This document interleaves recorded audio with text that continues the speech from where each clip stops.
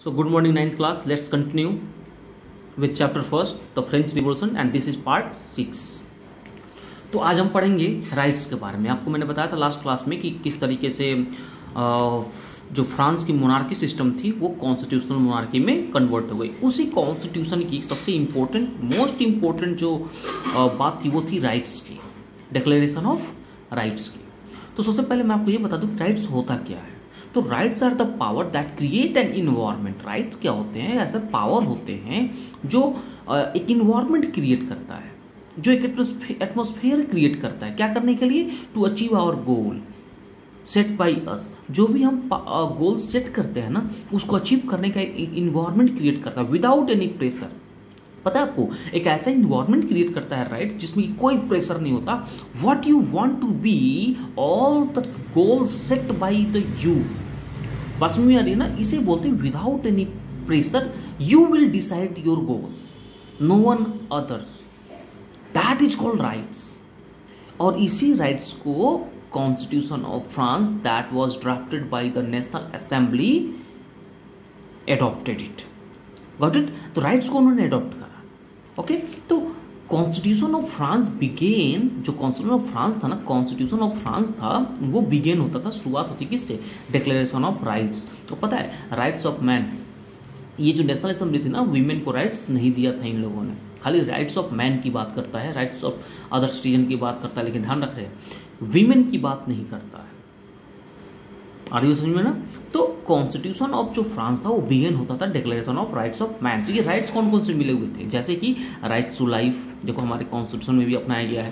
तो यानी कि ये जो है कहाँ से हमने लिया है? कॉन्स्टिट्यूशन ऑफ फ्रांस से लिया हुआ है।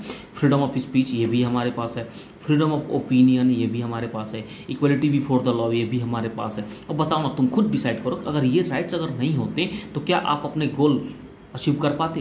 क्या अपने टारगेट अचीव कर पाते? क्या अपना पर्सनालिटी डेवलपमेंट कर पाते? नहीं कर पाते। इसलिए कहा गया है कि राइट्स जो होते हैं ना वो एक ऐसा पावर है जो इन्वायरमेंट क्रिएट करता है अपने गोल को अचीव करने का। तो ये सब राइट्स ही तो हैं, ये सब पावर ही तो है। अगर आपके ओपिनियन का राइट ना हो, अगर आपके पास स्पीच का राइट ना हो, लाइफ का राइट ना हो, तो क्या आप अपने गोल सेट कर पाएंगे? कभी आप तो स्लेव बन जाएंगे फिर। तो ये सब चीज़ें जो है ना, ये पावर आपको स्लेव फ्री करता है, आपको स्लेव से मुक्ति दिलाता है, फ्री करता है। तो these rights are established as, और इस राइट्स को कॉन्स्टिट्यूशन में एस्टैब्लिश किया गया, डिक्लेयर किया गया, राइट किया गया किस फॉर्म में? Natural and inalienable rights. Inalienable मतलब क्या होता है कि भाई ये कोई किसी द्वारा दिया गया नहीं है, किसी ने दिया नहीं है आपको, ये किसी और का पावर नहीं है, किसी और की प्रॉपर्टी नहीं है, ये नेचुरल है। नेचुरल क्या होता है? बाय बॉर्न होता है। बस में आ रही है ना, किसी और ने नहीं दिया आपको, ये विदेशी नहीं है बल्कि आपका अपना है। इनएलिएनेबल मतलब क्या होता है? जिसको दूसरे का नहीं कहा जाए, ये हर किसी का अपना होता है। हर इंडिविजुअल के अपने पावर होते हैं, अपनी लिबर्टी होती है, अपने ओपिनियन होते हैं, अपनी स्पीच होती है, अपनी लाइफ होती है। इसलिए इसको नेचुरल एंड इनएलिएनेबल राइट्स कहा गया। तो ध्यान रखना, क्वेश्चन ये आ सकता है what do mean by natural and inalienable rights. तो इसको मैं एक्सप्लेन कर दूं। तो एक्सप्लेन मतलब क्या? कोई पूछे नेचुरल एंड इनएलिएनेबल राइट्स क्या है, तो बोलना हो ना, बताना human beings have this rights. This rights मतलब कौन सा राइट? ये सारे rights by birth and could not be taken away. ये जो राइट्स मिले हुए हैं, क्वेश्चन आप पूछा जा सकता है what do mean by natural and inalienable rights, तो बोलना the rights that can not be taken away it is the right by birth given to the human being, given to the individual, that is called natural and inalienable rights। तो इसे कहते हैं rights. It's, और ये क्या है? ये it is the duty of state. ये स्टेट की ड्यूटी है कि to protect each citizens natural right. और ये जो राइट्स होते हैं ये स्टेट की ड्यूटी है। स्टेट मतलब क्या? गवर्नमेंट की ड्यूटी है कि ये हमारे राइट्स को कौन प्रोटेक्ट करेगा? गवर्नमेंट। इसलिए तो कहा जाता है गवर्नमेंट क्या है? तो गवर्नमेंट एक क्या है? एग्रीमेंट है। गवर्नमेंट क्या है? एग्रीमेंट है। किसके किसके बीच में? यानी कि जो गवर्नमेंट बोल लो या स्टेट बोल लो, स्टेट बनाया गया, तो ये सब क्या है? तो गवर्नमेंट या स्टेट क्या होते हैं? एक एग्रीमेंट है। किसके के बीच में? पीपल के बीच में और उसके रिप्रेजेंटेटिव्स के बीच में। तो रिप्रेजेंटेटिव्स और पीपल के बीच में एग्रीमेंट है क्या? कि हम तुम्हें पावर देंगे, तुम हमारे नेचुरल और इनएलिएनेबल राइट्स को प्रोटेक्ट करोगे। और जब दो चीज़ों में कॉम्प्रोमाइज होता है उसे ही तो एग्रीमेंट कहते हैं। बस में आ रही है। और आपको मैं बता दूं कि ये जो एक न्यूज़ एडिटर हैं, ठीक है ना, रिपोर्टर, जिनका एक न्यूज़पेपर चलाते थे उस समय, जिनका नाम था जीन पॉल मारत। क्या नाम था इनका? Jean Paul Marc. उन्होंने कहा था कि जो this constitution drafted by the national assembly is a friend of people. Question आ सकता है कि who considered the constitution of France as a friend of people. तो आंसर क्या होगा? Jean Paul Marc. ये भी याद रखना आप आंसर। तो इस फ्रेंच रिवॉल्यूशन जो हम पढ़ रहे हैं, इस रिवॉल्यूशन में क्या हुआ कि एक पेंटर थे जिनका नाम था ली बर्बियर। क्या नाम था उनका? ली बर्बियर। उनका नाम क्या था? ली बर्बियर। इन्होंने ना कुछ सिंबल्स पेंट किए थे जिसका मीनिंग अपना अपना था। मैं उस सिंबल को आपके सामने रख रहा हूँ ताकि आपको ये समझ में आ जाए कि फ्रेंच रिवॉल्यूशन के टाइम पे उन सिंबल्स का मतलब ये चीज़ें थी, अभी मैं बताऊंगा आपको, जिसको यूज करके लोग अपने आप को मोटिवेट करते थे और रिवॉल्यूशन के लिए स्ट्रगल करते थे, जिसको हम लोग इस अब पढ़ेंगे।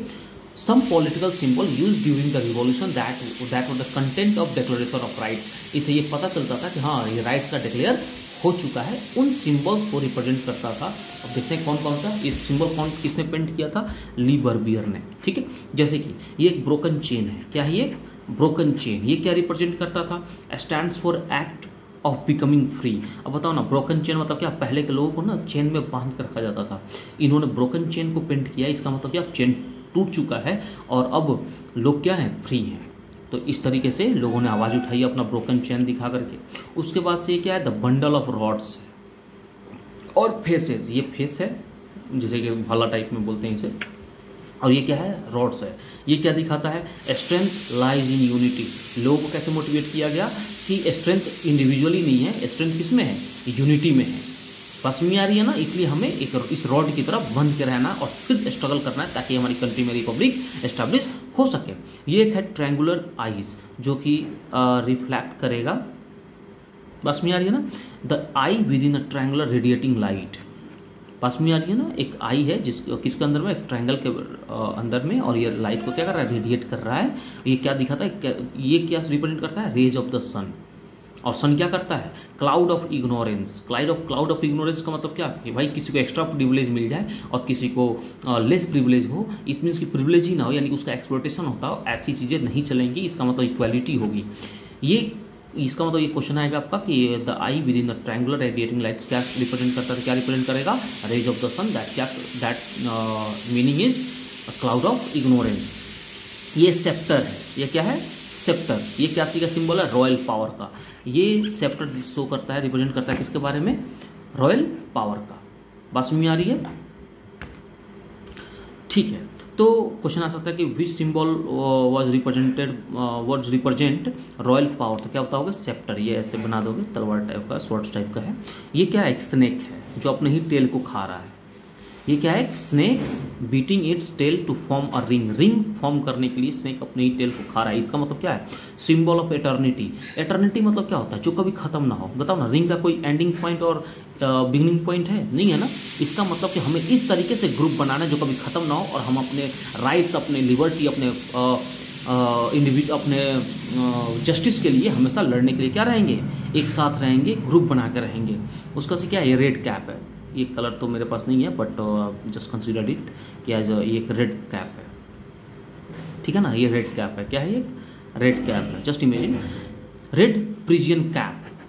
Red Friesian cap Warne by the slaves upon a becoming free. जब कोई स्लेव फ्रांस में फ्री हो जाता था तो उसको वो रेड कैप पहनता था, और ये भी एक सिंबल था क्या करने का? कि हम फ्री हैं। उसके अलावा देखो, मेरे पास पेजेस नहीं थी तो आप बुक को अकॉर्डिंग देख लेंगे ना। ब्लू, वाइट, रेड, ये तीनों कलर के नेम हैं, और ये किसका नेशनल कलर है? फ्रांस का। क्वेश्चन आ सकता है what was the national colours of France. क्या आंसर दोगे? Blue, white and red. ठीक है। उसके बाद से द विंग्ड विमेन। एक विमेन है जिसके की पंख हैं। ठीक है ना? ये क्या शो करता है? Personification of law. ठीक है ना? जैसे आपको पता है ना कि हमारे कंट्री में भी हमारे कंट्री को पर्सोनिफाई किया गया है भारत माता के रूप में, वैसे ही फ्रांस में लॉज को भी पर्सोनिफाई किया गया। पर्सोनिफाई मतलब क्या? पर्सन के थ्रू रिप्रेजेंट किया गया है विंग्ड वीमेन के फॉर्म में। ठीक है। उसके बाद लॉ टैबलेट, एक ऐसे बना दिया गया, 2 टैबलेट टाइप का। ठीक है ना, आप बुक देखोगे तो पाओगे उसमें क्या लिखा है, बहुत सारे लॉज लिखे हुए हैं। ठीक है, अब लॉज क्या करता है भाई, सबको इक्वलिटी तो प्रोवाइड करता है, और इसीलिए इस लॉ टैबलेट को क्या कहा गया, ऑल आर इक्वल को रिप्रेजेंट, इक्वालिटी को रिप्रेजेंट करता है।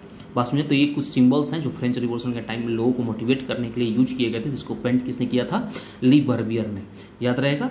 तो enough for today, let's see tomorrow with I will come with the next video and next topic. तब तक के लिए धन्यवाद एंड नमस्ते।